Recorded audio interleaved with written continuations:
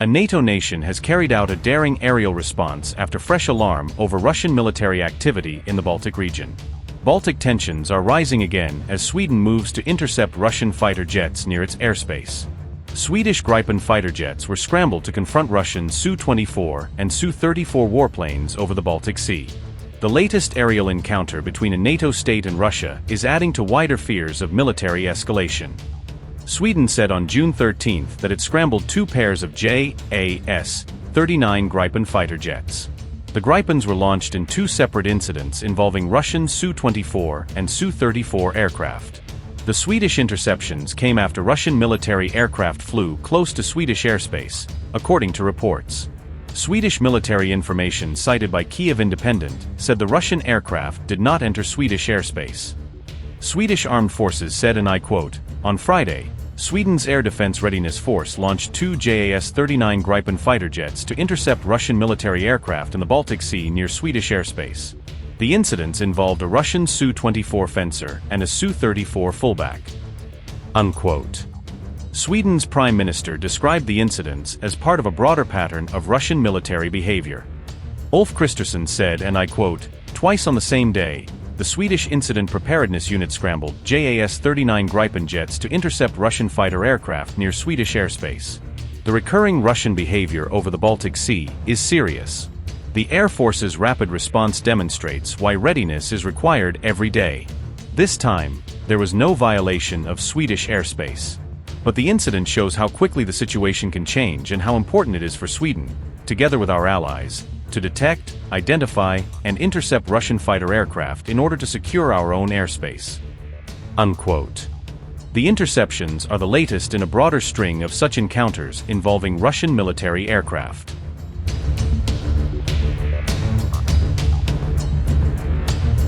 Sweden's Parliamentary Defense Committee has warned that Russia could test NATO relatively soon if it believes conditions are favorable for such a move.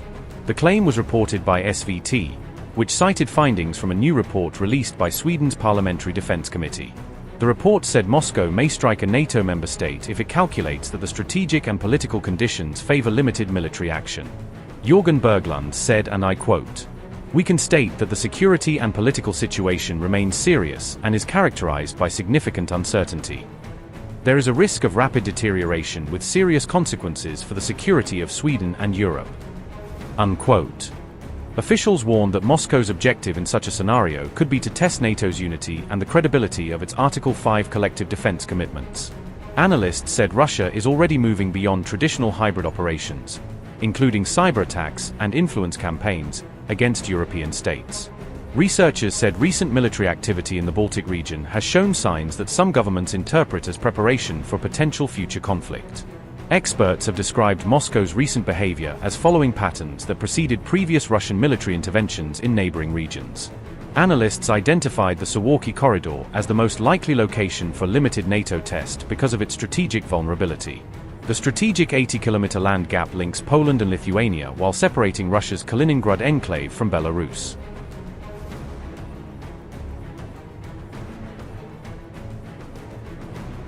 Meanwhile, EU officials confirmed that China trained hundreds of Russian soldiers, according to a report cited by RFE/RL.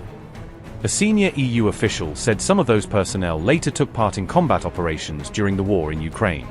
The official said the training activities occurred at multiple locations inside China as military cooperation expanded. Reuters earlier reported that around 200 Russian troops were trained in China during the latter part of 2025. The training programs reportedly included instruction in drone warfare, electronic warfare, aviation operations, and armored combat tactics. EU intelligence services said some of the personnel who received training later fought in Crimea and the Zaporizhia region. Russia is virtually the only country to stand in opposition to the so-called collective West in the form of the well-known North Atlantic Treaty Organization, known as NATO. After all NATO countries, without exception, are making every effort and doing everything in their power to organize these hostilities against Russia, to wage, as they believe, a war against Russia that has been launched with the aim of securing a victorious outcome. No one has ever managed to inflict such a decisive, final defeat on Russia, because our people, as you rightly said, are united across nationalities and understand their responsibility to future generations, to our children and grandchildren. There are quite a few young people sitting here, and you, God bless, will also have grandchildren and so on, future generations. We must think about this. No one else needs Russia but us.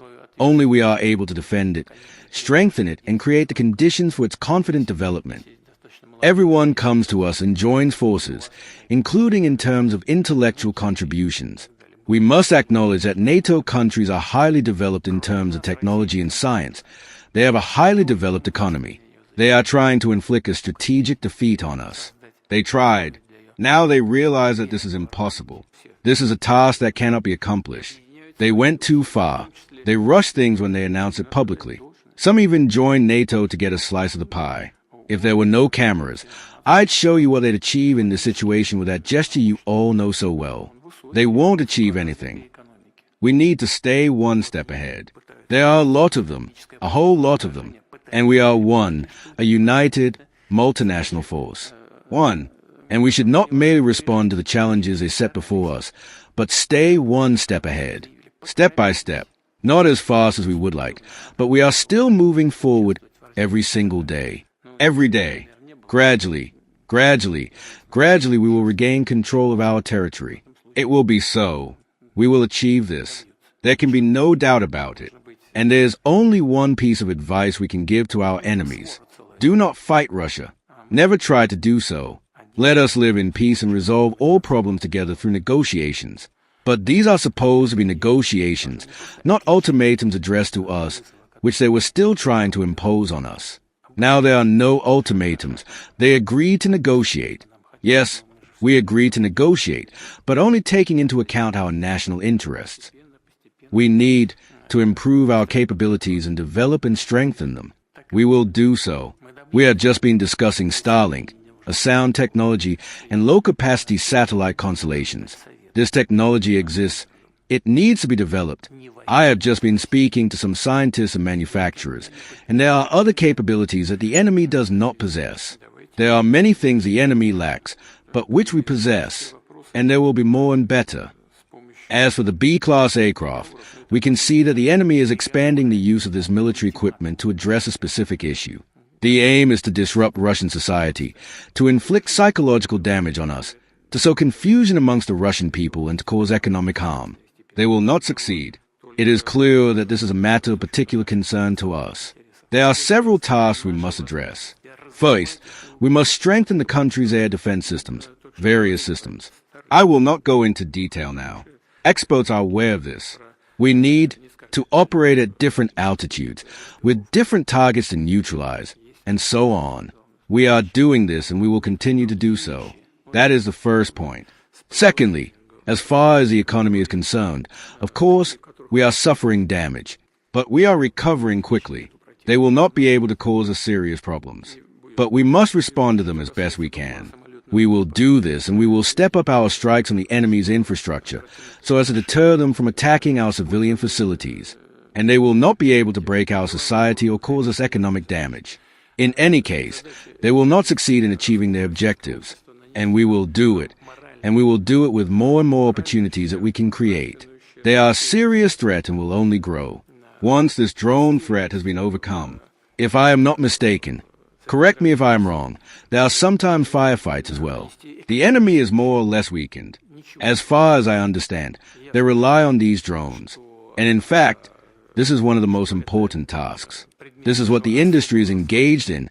This is what your commanders, the Ministry of Defense, and other departments, including civilian ones, are engaged in.